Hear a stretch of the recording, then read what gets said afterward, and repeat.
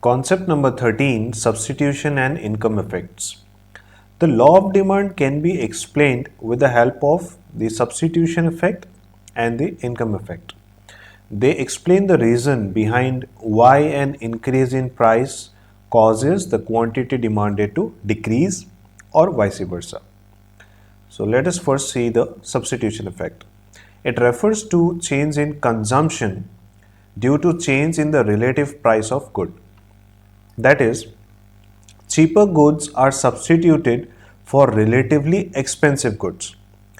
If a consumer is having a basket of consumable products and it has a product, let's say X, if the consumer will find some other product Y which if has the same quality as that of X and the consumer is not having any specific preference for X, in that case the consumer will definitely substitute this product X with Y and he will replace the good X with Y. This is the substitution effect. The substitution effect is always acts to increase the consumption of a good that has fallen in price. And the substitution effect is always consistent with the law of demand. That is, the substitution effect does not contradict the law of demand. Both states that when the price will fall, the quantity demanded will increase. Coming to the income effect, it refers to a change in consumption due to increase in real income or the purchasing power that is associated with the fall in prices and vice versa. When the price of a commodity goes down, it leads to an increase in the real income of consumer. That is, the purchasing power of the consumer goes up. Now he is able to buy more products, more quantity in his given income. That consequently leads to more quantity demanded by the consumer. This is called the income effect. The income effect can either increase or decrease consumption of a good that has fallen in price. Notice the difference that income effect can either increase or decrease the consumption, whereas in case of substitution effect, we have read that substitution effect always increases the consumption. It means that this quantity increase is not guaranteed in case of income effect. The quantity demanded may even go down when the price go down. In case of normal goods, the substitution effect is saying that when the price goes down, the quantity demanded will go up. So this is pretty simple. What about the income effect? When the price of a commodity goes down, as a result, the real income of consumers go up and this leads to an increase in quantity demanded. What about inferior goods? The substitution effect will remain the same. When the price goes down, the quantity demanded will go up. So the substitution effect remains the same, be it normal goods or be it inferior goods. What about the income effect in case of inferior goods? This states that when the price goes down, the real income of consumers will go up, but the quantity demanded for inferior goods will go down. So this is the change in case of inferior goods, that when the purchasing power of consumers go up, they are less likely to consume inferior goods and they will shift to normal goods or superior goods. As a result, the quantity demanded for inferior goods go down. Now try to answer this question whether the law of demand is followed in either of these two cases or not. In case of normal goods, the substitution effect says that price goes down, quantity goes up. So this is consistent with the law of demand. And what about the income effect? When price goes down, the quantity is going up. So that means the law of demand is consistent with the income effect as well in case of normal goods. So we can say that the law of demand is complied, or the law of demand is supported in case of normal goods. Coming to inferior goods, I want you to answer this question, that the substitution effect states Price goes down, quantity goes up. So this one seems consistent with the law of demand. But what about the income effect? When the price goes down, the quantity is also going down. Now this seems contradictory to the law of demand. So what do you think? Can we say that law of demand is followed in case of inferior goods or not? Well, the answer is that law of demand is still followed or still supported in case of inferior goods as well. How is that possible? It is possible because the substitution effect dominates the income effect in case of inferior goods. That means the impact of the substitution effect, that is the increase in quantity, is way more than the impact of the income effect, that is the reduction in quantity demanded. Hence, this increase in quantity is far more than this decrease in quantity. Thus, the substitution effect will outweigh the income effect, and as a result, ultimately, what will happen is that when the price is going down, the quantity is going up. Alright, hence the law of demand is still followed in case of inferior goods.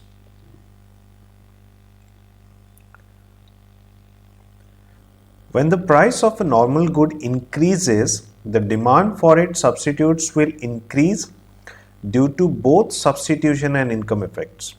That is, when the price of a commodity will increase, then what will happen? The substitutes demand, the demand for the substitutes will increase. As a result, the quantity demanded for that particular commodity will come down because of both the substitution effect as well as the income effect. Although substitution effect and income effect work in opposite directions in case of inferior goods, as we see here. Here it is going up, here it is going down. Other than Giffen goods, what are Giffen goods? We will discuss in a while. The law of demand still prevails as substitution effect dominates the income effect, as we see here. Concept number 14, exceptions to the law of demand. That is, those circumstances where the law of demand fails. The first one being Giffen goods. These are those inferior goods for which the negative income effect outweighs the positive substitution effect. That is, the income effect is dominating the substitution effect, which means that an increase in price will lead to increase in quantity and a decrease in price will lead to a decline in quantity demanded. Since this is contradictory to the law of demand, we can say that the demand curve will not be negatively sloped in this case. Therefore, for Giffen goods, there will be an upward sloping demand curve, and hence this is an exception to the law of demand. For example, bread. Now, if someone is consuming bread as his main meal on a regular basis, then we can say that the consumer might be doing this because of financial constraints. And when the purchasing power of that consumer will improve, then the consumer will be shifting from this particular Giffen good to a superior good, to a normal good. Number 2, Veblen goods. These are those for which price makes the goods more desirable. That is, higher the price, higher will be the demand for such products. For example, diamonds, designer dress, expensive shoes, or some antique piece of art. These are examples of Veblen goods.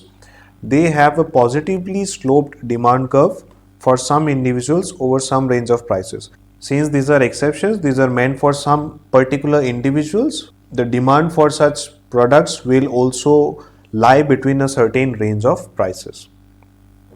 Veblen goods are not inferior goods. This has been clearly specified here because you might find a question on this topic. Let's take a look at this example here. Monica has a monthly entertainment budget that she spends on movies and an assortment of other entertainment items. When the price of each movie is $8, she spends a quarter of her budget on watching 6 movies a month and the rest of her budget on other entertainment. Monica was offered an opportunity to join a movie club at her local theater that allows her to purchase movies at half the regular price, that is $4, and she can choose each month whether to join the movie club or not. There is a membership fee she must pay for each month she belongs to the club. Monica is exactly indifferent between not buying the membership and therefore paying $8 for movies and buying the membership and paying $4 per movie.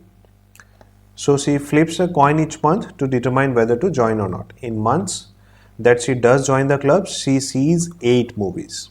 Okay, let us simplify the problem here. We are given with 2 cases till now.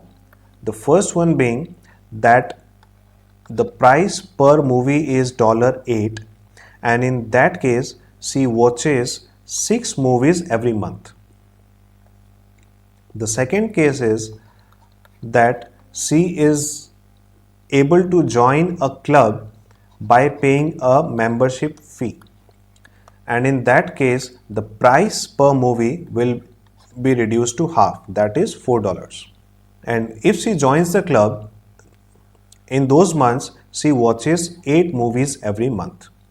It is also said that Monica is indifferent between these two scenarios. That means paying $8 per movie or paying $4 per movie plus the membership fee is equivalent for her. That means the level of satisfaction, the level of utility that she derives is equal. More number of movies does not mean higher level of satisfaction.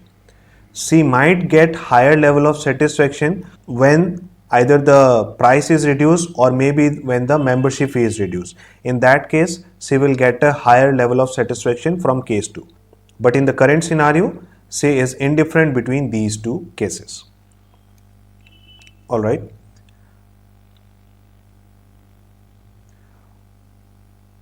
For her birthday, a friend gave her a 1-month club membership as a gift, and that month she saw 12 movies.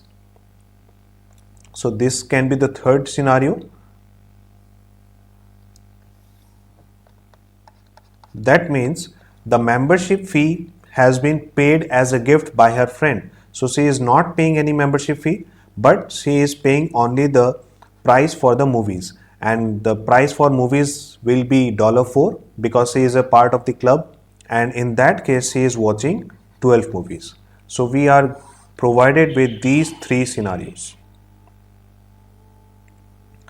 Let's check out the question now.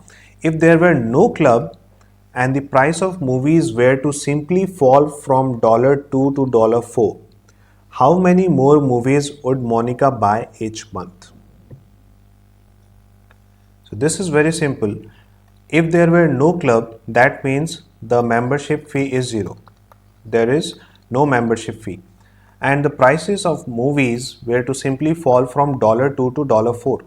Then how many movies will she be watching? So that is clearly given in our scenario 3, where there is no membership fee and the price has reduced to $4. So in that case, she will be watching 12 movies. Hence the answer will be 12. Question number 2. Of the increased number of movies Monica would purchase, if the price were to fall from $8 to $4, determine how much of the increase would be attributable to the substitution effect and how much to the income effect. Let us analyze this.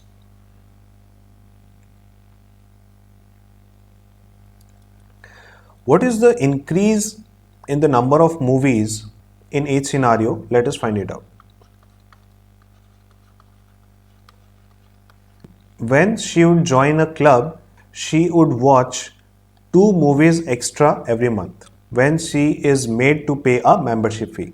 However, if there were no membership fee and the price just slashed from $8 to $4, in that case, the increase in number of movies every month will be 6, that is from 6 to 12. This increase in demand is a result of both the substitution effect as well as the income effect. Now think this way, When the price per movie reduces from $8 to $4, she watches 12 movies. In the second scenario too, the price per movie is getting reduced from $8 to $4. But in this case, she is watching only 8 movies instead of 12 movies. What is the reason behind that? In this case also the price per movie is $4, and in this case also the price per movie is $4. But why is she watching lesser number of movies? Why is the quantity demanded less in this case? The obvious answer is the payment of membership fee. This membership fee has reduced her purchasing power to watch a higher number of movies. That means the income effect is nullified by this membership fee. Hence, we can say that this increase in quantity demanded of 2 is a result of substitution effect only, because substitution effect is impacted by price directly. In this case also the price is $4, and in case 3 also the price is $4. So in both case number 2 and case number 3, the substitution effect should be equal. Mind this, okay? So the substitution effect in both the cases should be equal, because the price is equal in both case 2 and case 3. So that number is given by the increase in number of movies, that is 2. And now we can easily find out the impact of the income effect. In case 2, if she was made to pay the membership fee, but in case 3 she is not required to pay any membership fee, and because of that she has increased her quantity demand from 8 to 12, and this is nothing but a pure result of the income effect. Yes, or we can simply find the income effect as a remainder out of this total 6. We can say that the substitution effect contributed only for 2 movies, and the rest 4 movies has been contributed by the income effect. Hope you understood this. So the answer for question number 2 will be that substitution effect had resulted in an increase in demand by 2, and the income effect has led to an increase in demand by 4. Question number 3. For Monica, are movies a normal, inferior or Giffen good? Now, what are the spatial characteristics? What are the traits or characteristics of these 3 kind of goods? We can analyze it here, that for a Giffen good, the law of demand fails. We know that the law of demand does not apply.